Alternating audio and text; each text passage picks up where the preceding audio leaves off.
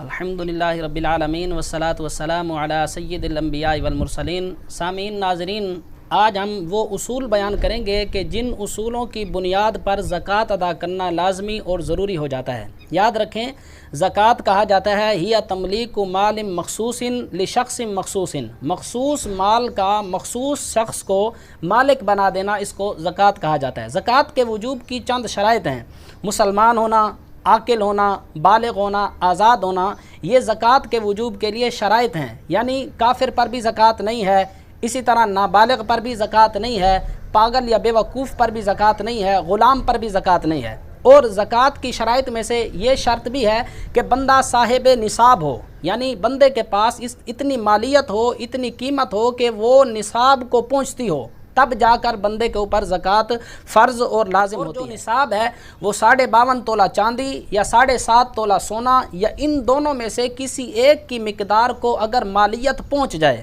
تو تب زکوٰۃ دینا لازم اور فرض ہو جاتا ہے۔ یاد رکھیں کہ سونا اور چاندی میں سے جس کی مقدار کو قیمت پہلے پہنچ جائے تو اسی کا اعتبار ہوگا۔ یعنی آج کل اس دور کے اندر چاندی جو ہے وہ سستی ہے اور سونا مہنگا ہے، تو یقیناً جو پیسے ہیں، جو قیمت ہے، وہ چاندی کی مقدار کو پہلے پہنچ جائے گی۔ تو ہم اس اعتبار سے نکالیں گے اپنی زکوٰۃ کہ کیا ہماری مالیت چاندی 52.5 تولہ چاندی کی قیمت کو پہنچ رہی ہے۔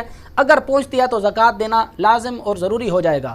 اور اگر کسی دور میں سونا سستا ہو جائے، چاندی مہنگی ہو جائے، تو پھر یقیناً مالیت جو ہے پہلے سونے کی مقدار کو پہنچے گی۔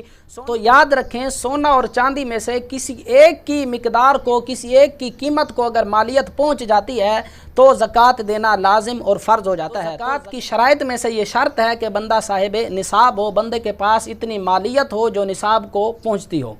اور زکوٰۃ کی شرائط میں سے یہ بھی ہے کہ بندے کو مل کے کامل حاصل ہو۔ مثلا کسی کے پاس 10 تولہ سونا تو ہے، لیکن اس نے کہیں چھپا دیا، کہیں دفن کر دیا، اب اس کو بھول گیا کہ میں نے کہاں پر دفن کیا تھا۔ اب اس کے پاس مال تو ہے لیکن مل کے کامل حاصل نہیں ہے، اس کو تصرف حاصل نہیں ہے، اختیار حاصل نہیں ہے، کیونکہ اس کو پتہ ہی نہیں ہے کہ میرا مال کہاں ہے۔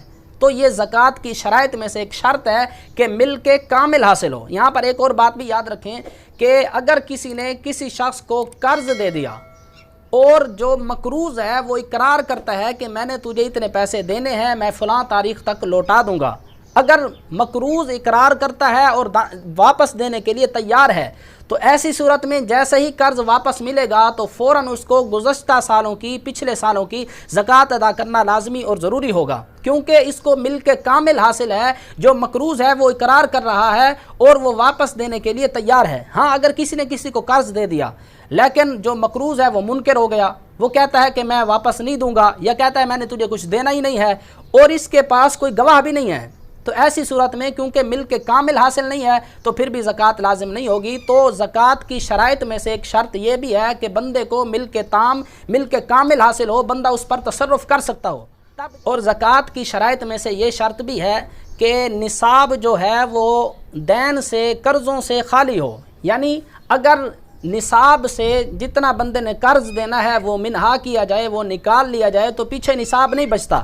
ایسی صورت میں بھی زکوٰۃ بندے پر لازم نہیں ہوتی۔ مثلا ایک بندے کے پاس 1 لاکھ روپے ہیں اور اس نے کسی کو 80,000 روپے دینا ہے، تو اب جب لاکھ سے ہم 80,000 نکالیں تو پیچھے 20,000 بچتا ہے، اور 20,000 جو ہے اس پر زکوٰۃ نہیں بنتی، تو ایسی صورت میں زکوٰۃ لازم نہیں آئے گی۔ تو یاد رکھیں کہ بندے کے پاس جو مال ہے وہ قرضوں سے خالی ہو، اور اس طور پر خالی ہو کہ اگر قرضے نکال لیے جائیں تو پیچھے نصاب نہ بچے، تو پھر بندے پر زکوٰۃ لازم نہیں ہوگی، کیونکہ ظاہراً تو اس کے پاس 1 لاکھ روپے ہے، حقیقتاً یہ 1 لاکھ کا نہیں بلکہ صرف 20,000 کا مالک ہے، تو ایسی صورت میں بھی زکوٰۃ لازم نہیں ہوتی۔ تو یہ ضروری ہے کہ نصاب ایسے قرضوں سے خالی ہو جن کو نکالنے کے بعد باقی نصاب نہ بچتا ہو، تو پھر بندے پر زکوٰۃ لازم نہیں ہوتی۔ ہاں، اگر بندے کے پاس اتنی مالیت ہے کہ قرضے بھی نکال لیے جائیں پھر بھی نصاب بچتا ہے، مثلا ایک شخص کے پاس 2 لاکھ روپے ہیں اور اس نے کسی کو 1 لاکھ قرض دینا ہے، اب اگر 1 لاکھ نکال لیا جائے تو پیچھے 1 لاکھ بچتا ہے اور 1 لاکھ نصاب کو پہنچتا ہے۔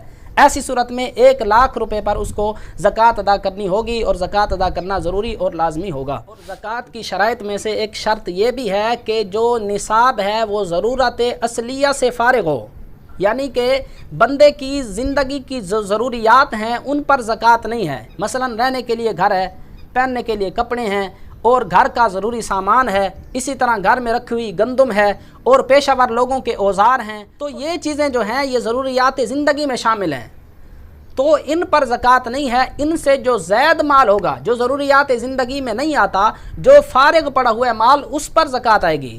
اگر ضروریات زندگی پر زکوٰۃ نہیں ہے، چاہے وہ لاکھوں کروڑوں روپے کی ہوں، مثلا ایک شخص کے پاس کار ہے، چاہے وہ لاکھوں کروڑوں کی ہے، سواری ہے، ضرورت ہے، اس پر زکوٰۃ نہیں ہے۔ گھر ہے، کروڑوں کی مالیت کا ہے، زکوٰۃ نہیں ہے۔ اوزار ہیں، کسی کی فیکٹری ہے، اس میں لاکھوں کروڑوں کی مشینیں ہیں، تو اس پر زکوٰۃ نہیں ہے۔ تو ضروریات زندگی کے علاوہ ان پر زکوٰۃ ہوتی ہے۔ تو زکوٰۃ کی شرائط میں سے ایک شرط یہ بھی ہے کہ جو نصاب ہے وہ ضرورت اصلیہ سے فارغ ہو۔ شرائط میں سے ایک شرط یہ بھی ہے کہ نصاب پر سال گزرے، حولان حول، یہ بھی زکوٰۃ کی شرائط میں سے ایک شرط ہے، یعنی اور سال جو ہے وہ قمری اعتبار سے ہوگا، شمسی اعتبار سے نہیں۔ جو اسلامی مہینے ہیں ان کے اعتبار سے جب 12 ماہ گزر جائیں گے، اس کے بعد جو ہے بندے پر زکوٰۃ دینا لازم ہوگی۔ مثلا ایک شخص کے پاس نصاب شعبان المعظم میں آیا، اب سال گزرنے کے بعد اگلے شعبان میں دیکھا جائے گا کیا وہ صاحب نصاب ہے، اگر ہے تو اس پر زکوٰۃ لازم ہوگی۔ اگر اگلے شعبان میں وہ صاحب نصاب نہیں ہے، غریب ہو گیا، اس کے پاس جو پیسے تھے وہ خرچ کر لیے، تو پھر اس پر زکوٰۃ لازم نہیں ہوگی۔ اور ایک بات اور بھی یاد رکھیں کہ سال کے اول اور آخر میں نصاب کا ہونا یہ ضروری ہے، سال کے دوران کمی بیشی کا اعتبار نہیں ہے۔